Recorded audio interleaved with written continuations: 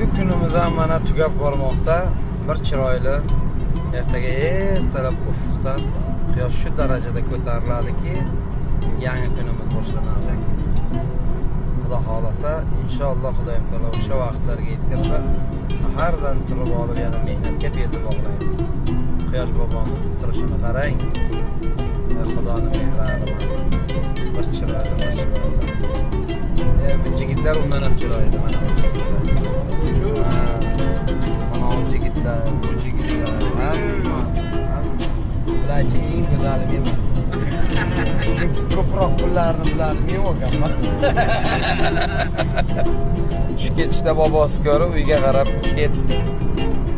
Quyosh botsa botsin, hayotimiz tugamas. Ertadan nasib bo'lsa davom etadi. Bu qonunchalar